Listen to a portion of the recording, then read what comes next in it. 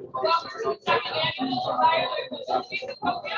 The annual Ohio Air Mobility Symposium is an event produced and hosted by students to address the question, what will advanced air mobility mean for the state of Ohio? To answer this question, we explore how the birthplace of aviation can position itself as a hub for advanced air mobility research, testing, and manufacturing, in addition to proactively shaping policy and infrastructure, planning efforts to integrate air mobility into our Ohio communities safely and equitably. Planning for and implementing air mobility in our state will require robust partnership structures between academia, government, and industry stakeholders. As we continue to navigate these partnerships, it will be necessary to consider such challenges as integrating new airspaces, drafting new supply chain connections, defining vehicle certification processes, and encouraging community acceptance. In order for Ohio to be a state leader in this ever-advancing industry, all of these challenges and more must be not only addressed, but also overcome. We are elated to have you all join us today. We're looking to continue some of these difficult discussions and continue making progress for establishing Ohio as a national leader in advanced air mobility. Thank you all for joining us today again, and I hope you walk away from today having learned something new. I'd now like to go ahead and start the event by introducing Dr. Kristina Johnson. Dr. Johnson brings with her years of experience in leadership in education and research, innovation, and public policy. Dr. Johnson is a true visionary and passionate about ensuring our research and creative expression community has access to all of the resources and tools that they need to address society's most pressing problems, including the air mobility space. Please help me welcome 16th President of Ohio State University, Dr. Kristina Johnson.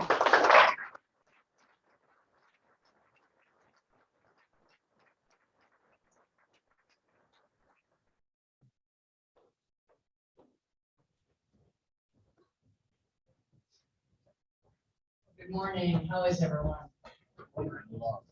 Thank you so much, Zoe. And what's so impressive is that this whole mobility symposium is organized and run by our students. And so I just think, let's just give a round of applause for extraordinary.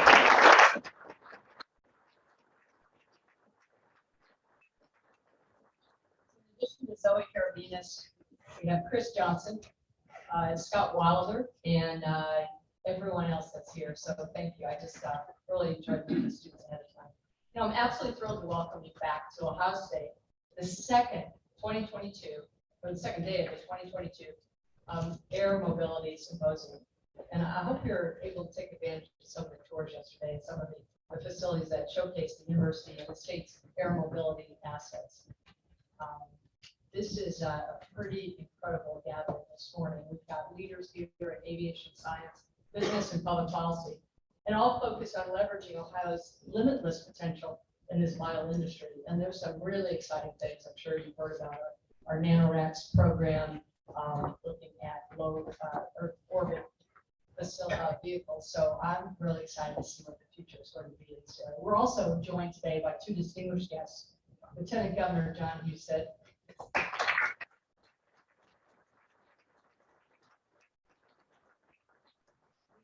a steadfast partner in not only higher ed, but also in innovation. And we thank you. And Lieutenant Governor played a seminal role in bringing the Intel project to Ohio. And that was pretty incredible. So thank you. Appreciate you. And we also have with us Colonel Joseph Zeese, Governor DeWine's advisor on aerospace and defense, who's helped ensure that these vital sectors will continue to thrive in Ohio.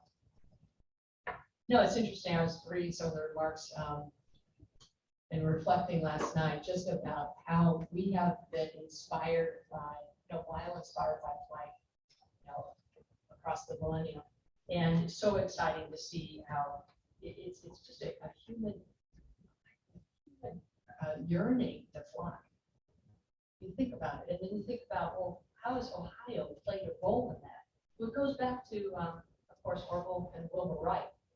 And 14 years after the Wright brothers launched their famous first flight, the United States War Department established 6 schools in military aeronautics to reverse the nation's shortage of trained pilots. And one of them was right here at Ohio State.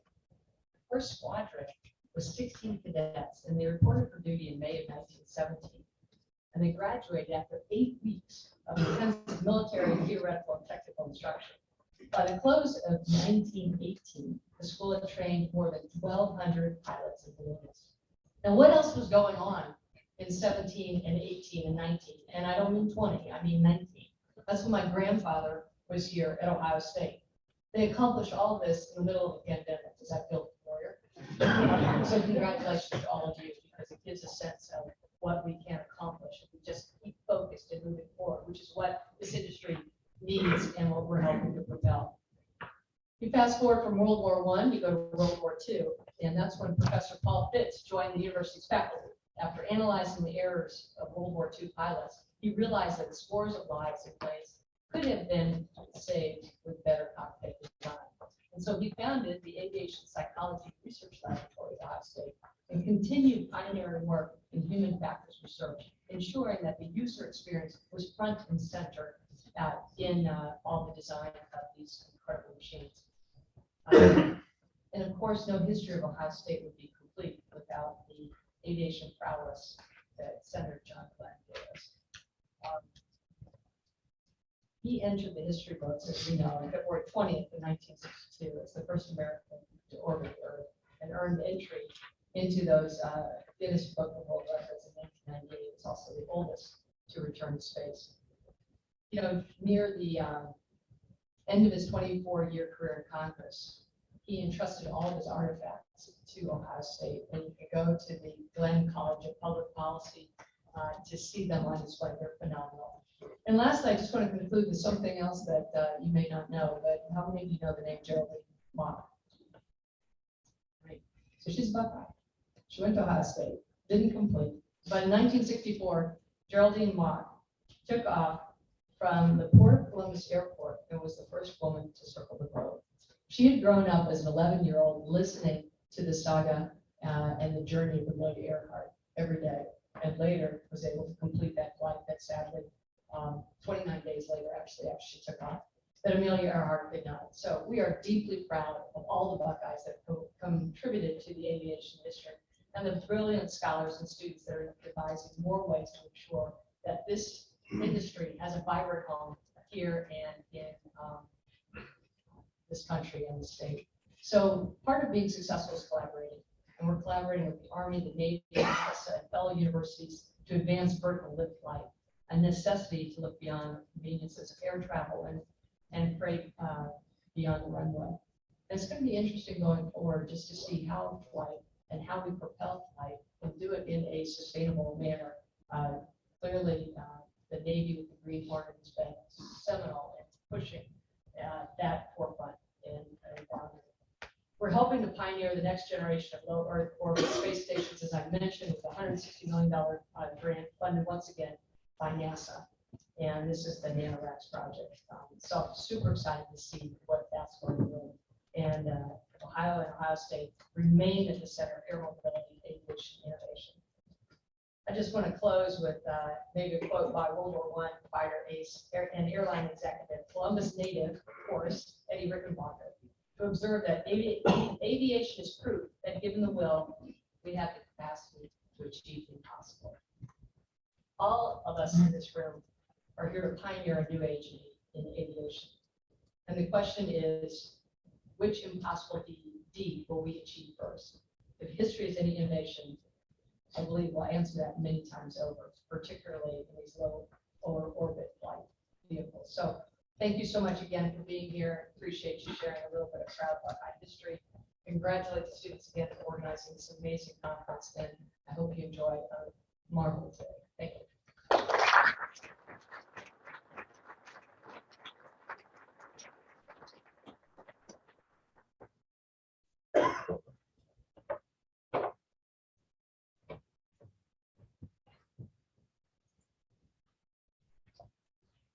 Thank you, President Johnson, for finding the time to join us this morning and helping welcome all of our esteemed attendees today.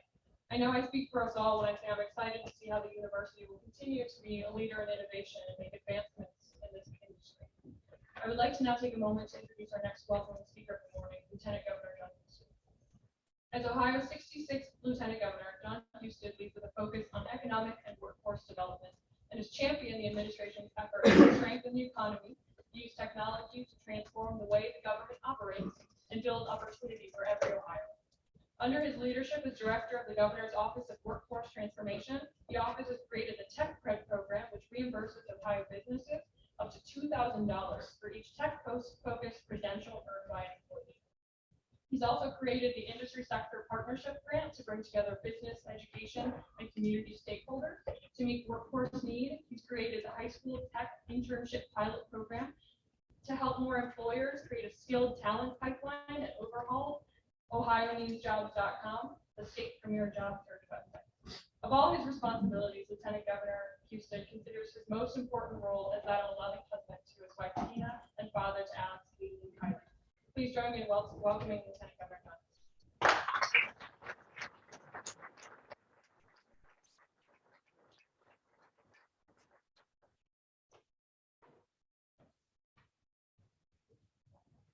Morning, everyone. Morning. So, how many of you have, Zoe, you have a job, by the way? I figured everybody was here to try to steal you. Chris, how about you? You got one? Just a junior, so I got another year. All right, well, plenty of people out here to talk with. You better snatch them up. What a great job by the students to put this all together. I appreciate their efforts. It's a lot to pull together. And you get that experience from doing it. And in life, you got to experience something to really be good at it. You got to practice it. It's great to see this mission come together. I'm feeling a little nostalgic today because one of the stops that I have today, when I read this last night, usually someplace different every day, so I go and I read where I'm going, and then I was starting here. But next, I'm heading to an event to celebrate Gold Star families. But one of the gentlemen that's going to be there is a guy named Herschel Woody Williams. And he is the last surviving Medal of Honor winner from World War II. And I just was thinking, reflecting on, wow, that is the last piece of living history. It made me reflect on the history of not only our great country, but when you're going to be at an aviation symposium and you're a guy who graduated from the University of Dayton, you think of the history of flight in aviation. And we all know what the Wright brothers did. By the way, they weren't government funded.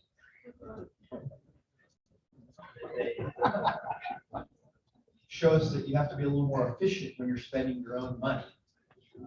And they did a wonderful job of beating a government-funded initiative in Washington, the first in flight.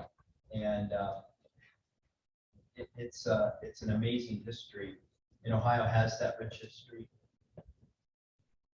So we all know about John Glenn. We all know about Neil Armstrong, both amazing Ohioans. And I'm going to tell you a funny story from the past, pre-cell phone. Because right now, if you meet somebody like that, like everybody's getting the selfie and the pictures with them. And this is my, I wish the cell phone had been invented earlier moment. Because one day, as a young adult, I find myself standing alone with John Glenn and Neil Armstrong. And nobody to take a picture of with them. Thinking, and still to this day, I'm like, that would have been the coolest photo ever. But it never happened because it was pre-cell phone.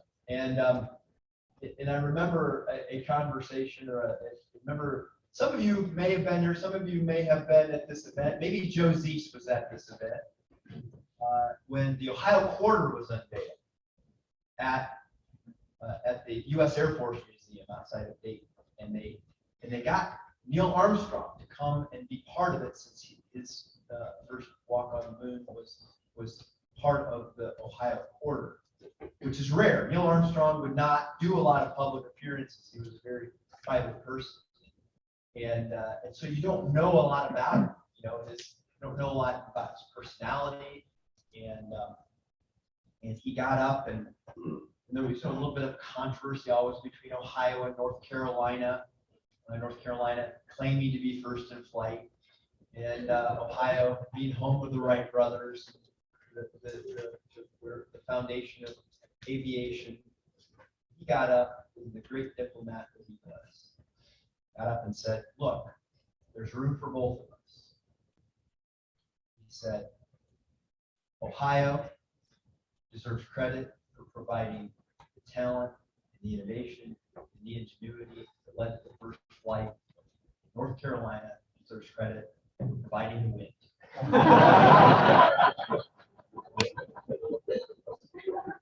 And that's how I would like to think of Ohio.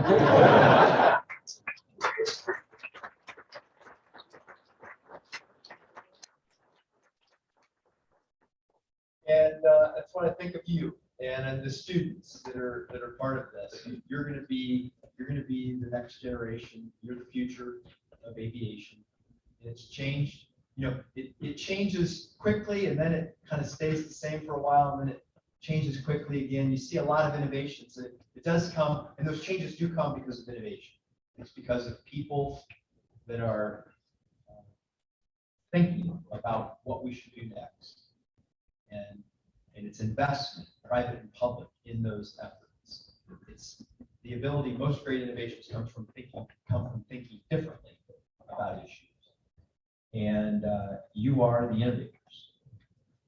And you will be that future, whether that is hypersonic, military defense, or personal autonomous aircraft. Ohio is very much invested in the whole notion of autonomous travel, whether that is the great research that's going on at the Transportation Research Center in aviation or in automobiles, or what's happening in Springfield with the efforts that are going on there. I understand several of you may have visited recently in Springfield with the work that's going on with Sky Vision and Agility Prime and the other investments that are there. I was there recently and flew two of the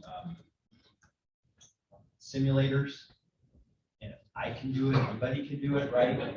I didn't crash. I crashed the space shuttle when I did this like a couple of decades ago. I wasn't good enough to do that, but the technology has improved enough that even I now can fly aircraft. And it's all that history of innovation. And America has led that. And Ohio has been one of the leading states in that journey for our nation and for our world. And I'm counting on all of these students to continue to make that true about our wonderful state. Thanks to the Ohio State University, and I understand we have some UC and University of Dayton students here today as well. For all of you coming together to figure out how we can continue to be the state that leads in the future of aviation aerospace. Thank you very much for the opportunity to be here, and I hope you have a great